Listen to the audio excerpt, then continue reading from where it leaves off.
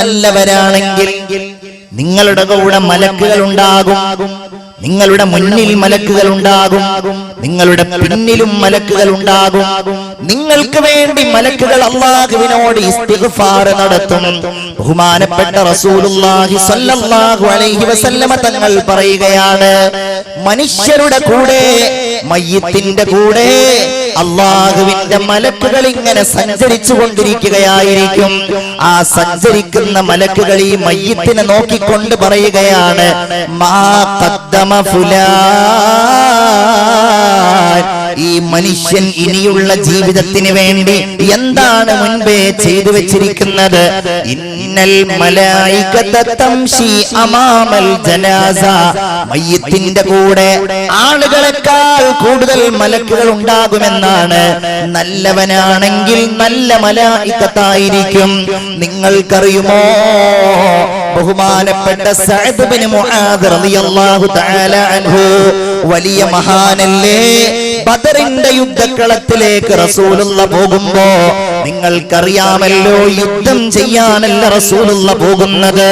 പിന്നെയോ തിരിച്ചു വരുന്ന കച്ചവട സംഘത്തിൽ നിന്ന് തങ്ങളെ ആക്രമിച്ചതിന് പ്രതികാരം ചോദിക്കുവാനാണ്. മക്കയിൽ അവർ പിടിച്ചെടുത്തിരുന്ന ധനത്തിന് പകരം ചോദിക്കുവാനാണ്. വഴിവക്കിൽ വെച്ചാണ് ആയിരത്തോളം വരുന്ന ശത്രുക്കൾ തങ്ങൾക്കെതിരെ യുദ്ധത്തിന്റെ പുറപ്പാടുമായി വരുന്നുണ്ടെന്ന വിവരം അവരറിയുന്നത്.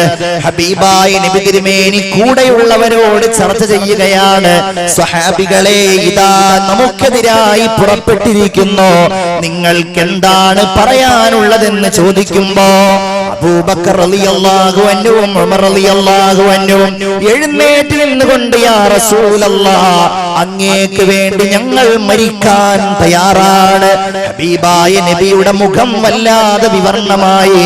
സന്തോഷം കൊണ്ടവിടുത്ത മുഖം ചുവന്നവിടുത്ത കണ്ണുകൾ പതറുന്നത് മഹാന്മാരായ അൻസാരികളായ സ്വഹാബികളെയാണ്. അൻസാരികളുടെ മുഖത്തേക്ക്, അവരുടെ ശരീരങ്ങളിലേക്ക് തനിക്ക് താങ്ങും തണലുമായി നിൽക്കേണ്ടവർ, എന്നാൽ അല്ലാഹുവിന്റെ റസൂലുമായി പരിചയപ്പെട്ട് ഏതാനും മാസങ്ങൾ വർഷങ്ങളായ ആ സ്വഹാബികളുടെ മുഖത്തേക്ക് നോക്കുമ്പോൾ അതാ എഴുന്നേറ്റ് നിൽക്കുന്നു ബഹുമാനപ്പെട്ട സഅദ് ബിൻ മുആദ്. നബിയേ, ഞങ്ങളെയാണോ അങ്ങ് ഉദ്ദേശിക്കുന്നത്? പേടിക്കണ്ട നബിയേ,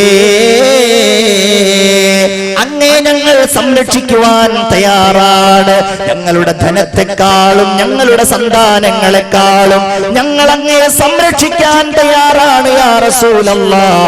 അങ്ങ് ഞങ്ങളുമായിട്ടൊരു മലമുകളിൽ കയറിയാൽ അങ്ങയുടെ പിന്നാലെ ഞങ്ങളും കയറും നബിയേ. അങ്ങ് ഞങ്ങളുമായിട്ടൊരു സമുദ്രത്തിലേക്ക് എടുത്തു ചാടിയാൽ ഞങ്ങൾ അങ്ങയുടെ പിന്നാലെ കയറും നബിയേ. അല്ലാഹുവിന്റെ റസൂലേ, അങ്ങ് ഞങ്ങളുമായിട്ടൊരു സമുദ്രത്തിലേക്ക് എടുത്തു ചാടിയാൽ ഞങ്ങൾ ഉണ്ടാകുമെന്നു മാത്രമല്ല, അങ്ങയുടെ വലതുഭാഗത്ത് ഞങ്ങളുണ്ടാകും, അങ്ങയുടെ ഇടതുഭാഗത്ത് ഞങ്ങളുണ്ടാകും, അങ്ങയുടെ മുന്നിലും അങ്ങയുടെ പിന്നിലും ഞങ്ങളും ഉണ്ടാകും എന്ന് പറഞ്ഞ് ആവേശഭരിതനാക്കിയ ബഹുമാനപ്പെട്ട സഅദ് ബിൻ മുആദ് മരിച്ചുപോയി. അദ്ദേഹം വഫാത്തായി പോയി. റസൂലുള്ളാഹിക്ക് വലിയ സങ്കടമായി. ആ മരണത്തിൽ അനുശോചനം രേഖപ്പെടുത്തിക്കൊണ്ട് അവിടുന്ന് പറഞ്ഞു, ഇഹ്തസ്സ അർശുർ റഹ്മാനി ഫീ മൗതി സഅദ് ബിൻ മുആദ്. നമ്മുടെ കൂട്ടുകാരനായ സഅദ് ബിൻ മുആദിന്റെ മരണത്തിൽ എന്റെ സ്വഹാബികളെ, അല്ലാഹുവിന്റെ അർശ് പോലും കിടുങ്ങിപ്പോയിട്ടുണ്ടെന്ന് പറഞ്ഞു. ആ സഅദിന്റെ മയ്യിത്തുമായി സങ്കടപ്പെടുന്ന ഹൃദയവുമായി നബിയും അനുയായികളും പോവുകയാണ്. പോകുന്ന സമയത്ത് അവിടുന്ന് നടക്കുന്നത് കാലിന്റെ വിരലുകളിലാണ്. എന്തുകൊണ്ടാണ് നബിയെ നിങ്ങൾ അങ്ങനെ നടക്കുന്നത്? അവിടുന്ന് മറുപടി പറഞ്ഞു, സ്വഹാബികളെ, സഅദ് ബിൻ മുആദിന്റെ മയ്യിത്തിനെ അനുധാവനം ചെയ്യാൻ വേണ്ടി വന്നിരിക്കുന്ന മാലാഖമാരുടെ വർദ്ധിച്ച അംഗസംഖ്യകൾ കൊണ്ട് എന്റെ കാൽപാദം എനിക്ക് ഭൂമിയിൽ ചവിട്ടാൻ കഴിയുന്നില്ലെന്ന് ഹബീബായ നബി മുഹമ്മദ് മുസ്തഫ സല്ലല്ലാഹു അലൈഹി വസല്ലം. അങ്ങനെ നമുക്ക് യാത്ര ചെയ്യേണ്ടി വരും. ഖബർ എന്ന് പറയുന്നത് ഏകാന്തമായ വീടാണ്, അല്ലേ? ആരുമില്ലാത്ത ആരുമില്ലാത്ത നാളെ കിടക്കുന്ന വീട് ഖബറെന്ന മണ്ണറക്കൂട്. വല്ലാത്ത വരികളാണത്. ഖബറെന്ന മണ്ണറക്കൂട്.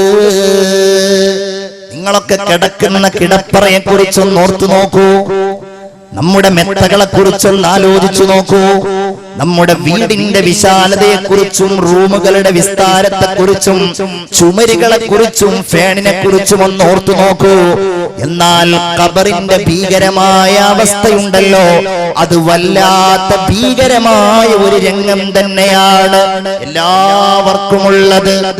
സാമീരി തീർത്ത കാള ദൈവവും ശബ്ദാദിന്റെ സ്വർഗവും കാറൂനിന്റെ കാഞ്ചന കനികളും കാലങ്ങളായി ലോകത്ത് സ്മരിക്കപ്പെടുന്ന എല്ലാവർക്കുള്ളത്, നമുക്കുള്ളത്, നമ്മെ കാത്തിരിക്കുന്ന വീട്.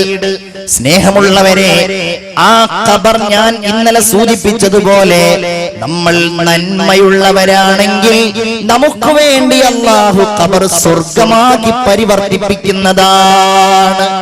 അല്ലാഹു തൗഫീഖ് ചെയ്യുമാറാകട്ടെ.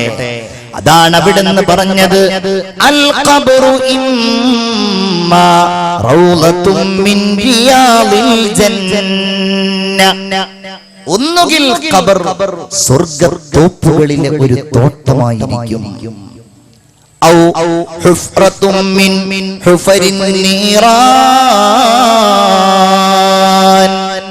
അല്ലെങ്കിൽ നരകക്കുഴിയിലെ ഒരു കുഴിയായി ഓരോ മനുഷ്യർക്കും ഖബർ അനുഭവപ്പെടുമെന്ന് ഹബീബായ നബി മുഹമ്മദ് മുസ്തഫ സല്ലല്ലാഹു അലൈഹി വസല്ലം. അതിനെ പേടിച്ചവരുണ്ടായിരുന്നു മുൻഗാമികൾ. നിങ്ങൾ കേട്ടിട്ടില്ലേ ഉമർ ഇബ്നു അബ്ദുൽ അസീസ് റളിയല്ലാഹു അൻഹു 13ാം നൂറ്റാണ്ടിലെ ഭരണാധികാരിയാണ്. വലിയ സ്നേഹനിധിയായ പ്രവാചകരുടെ അനുയായികളെ പോലെ 5ാം ഖലീഫ എന്നും 2ാം ഉമർ എന്നും ചരിത്രത്തിൽ അറിയപ്പെടുന്നയാളാണ്. എന്താ അദ്ദേഹത്തിന്റെ പ്രത്യേകത? അദ്ദേഹം ഭരണാധികാരിയാകുന്നതിന്റെ മുമ്പ് സൗന്ദര്യത്തെയും അതുപോലെ സമ്പന്നതയെയും വല്ലാതെ മോഹിച്ച ഒരു മനുഷ്യനായി. നല്ല വസ്ത്രം ധരിക്കും, നല്ല സുഗന്ധങ്ങൾ പൂശും. ഉമർ നടന്നു പോകുന്ന വഴികളിൽ കാണാൻ വേണ്ടി ആളുകൾ കാത്തു നിൽക്കാറുണ്ടായിരുന്നു. എത്രത്തോളം എന്ന് വെച്ചാൽ മൗലാന സയ്യിദ് അബുൽ ഹസൻ അലി നദവി പറയുന്നുണ്ട്, ഉമരിയ നടത്തം, അദ്ദേഹത്തിന്റെ പ്രത്യേകമായ സ്റ്റൈലിലുള്ള ഒരു നടത്തം പോലും മദീന നിവാസികൾക്കിടയിൽ പ്രസിദ്ധമായിരുന്നു എന്ന്. അങ്ങനെയുള്ള മഹാൻ ഭരണസാരഥ്യം ഏറ്റെടുത്തു. ആഗ്രഹിച്ചിട്ടല്ല ഏറ്റെടുത്തത്, നിർബന്ധിതനായിട്ടാണ്. അദ്ദേഹത്തിന്റെ തലസ്ഥാനം ഡമസ്കസിലാണ്. കാണാൻ വേണ്ടി പോയി തന്റെ ഉസ്താദായ ശൈഖ് അബൂ ഹാസിം മദീന പള്ളിയിൽ നിന്ന് തനിക്ക് അധ്യാപനം നടത്തിയിരുന്ന മഹാനായ പണ്ഡിതൻ അദ്ദേഹത്തെ കാണുവാൻ വേണ്ടി പോയി. കാണാൻ ചെന്നപ്പോൾ പാറാവുകാര് കടത്തിവിട്ടു. വലിയ കൊട്ടാരമല്ല, ചെറിയ ഒരു കൊട്ടാരത്തിൽ കുറെ ആളുകൾ ഇങ്ങനെ ഇരിക്കുന്നുണ്ട്. കൂട്ടത്തിൽ ഈ മഹാനായ മനുഷ്യനെ കാണുന്നില്ല. കുറെ നോക്കിയപ്പം മനസ്സിലായി ഈ മനുഷ്യനാണ് ഉമർ ഇബ്നു അബ്ദുൽ അസീസ് എന്ന് മനസ്സിലായി. സലാം പറഞ്ഞുകൊണ്ട് അടുക്കലേക്ക് ചെന്നിട്ട് ശൈഖ് അബൂ ഹാസിം പറയുകയാണ്, കാന മർകബുക അലിയ, ഇതെന്തു പറ്റിപ്പോയി? നിങ്ങളുടെ വാഹനമൊക്കെ വലിയ വാഹനമായിരുന്നല്ലോ. നിങ്ങൾ നല്ല ഉഷാറുള്ള നല്ല തൂവെള്ള വസ്ത്രം ധരിച്ചിരുന്നയാളായിരുന്നല്ലോ. നിങ്ങളുടെ മുഖം നല്ല പ്രശോഭിതമായിരുന്നല്ലോ. നിങ്ങളിങ്ങനെ സുഭിക്ഷമായി ആഹാരം കഴിക്കുന്നയാളായിരുന്നല്ലോ. നിങ്ങൾക്ക് ഒരുപാട് കാവൽക്കാരുണ്ടായിരുന്നല്ലോ. ഇന്ന് നിങ്ങളെ കാണാൻ വയ്യ, നിങ്ങളുടെ മുഖമെല്ലാം വല്ലാതെ ഒട്ടിയിരിക്കുന്നുവല്ലോ. നിങ്ങളുടെ ശരീരമെല്ലാം വല്ലാതെ ശോഷിച്ചിരിക്കുന്നുവല്ലോ. ഫമല്ലദീ ഗയ്യറക വഅൻത അമീറുൽ മുഅ്മിനീൻ. ഇതെന്തു പറ്റിപ്പോയി? നിങ്ങൾക്ക് എന്തൊരു മാറ്റമാണ് അമീറുൽ മുഅ്മിനീനെ വന്നത്? എന്താ പറ്റിയത് എന്ന് ചോദിച്ചു. ഉമർ ഇബ്നു അബ്ദുൽ അസീസ് മുഖമുയർത്തി, ഖലീഫ മുഖമുയർത്തി. എന്നിട്ട് അദ്ദേഹം പറയാൻ തുടങ്ങി, അല്ലയോ ഉസ്താദേ, ഇന്ന് നിങ്ങൾ എന്നെ വല്ലാതെ ആക്ഷേപിക്കുന്നുണ്ടല്ലോ. എന്റെ വസ്ത്രത്തെക്കുറിച്ചും എന്റെ വാഹനത്തെക്കുറിച്ചും എന്റെ ശാരീരികമായ രൂപത്തെക്കുറിച്ചും. അങ്ങനെയാണെങ്കിൽ കൈഫ ലൗ റഅയ്തനീ ബഅദ സലാസ് വ അന ഫീ ഖബ്രി. എന്റെ ഖബറിനുള്ളിൽ ഞാൻ അടക്കപ്പെട്ട് കഴിഞ്ഞാൽ 3 ദിവസം കഴിഞ്ഞ് നിങ്ങൾ എന്നെ കണ്ടാൽ എന്തായിരിക്കും എന്റെ അവസ്ഥ? വഖദ് സാലഹദഖതായ അലാ വജ്നതായ. എന്റെ കവിൾ തടങ്ങളിലൂടെ എന്റെ കണ്ണുകൾ ഇങ്ങനെ പൊട്ടി ഒഴുകുന്നുണ്ടാകുമല്ലോ. വൻശഖ ബത്നി.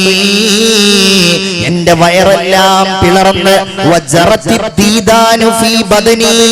എന്റെ ശരീരത്തിലൂടെ പുഴുക്കളെല്ലാം ഇങ്ങനെ ഓടുമ്പോ ലകുന്ത അശദ്ദ ഇൻകാറൻ അലൈക ഇലയ്യ മിൻ യൗമിക ഹാദാ.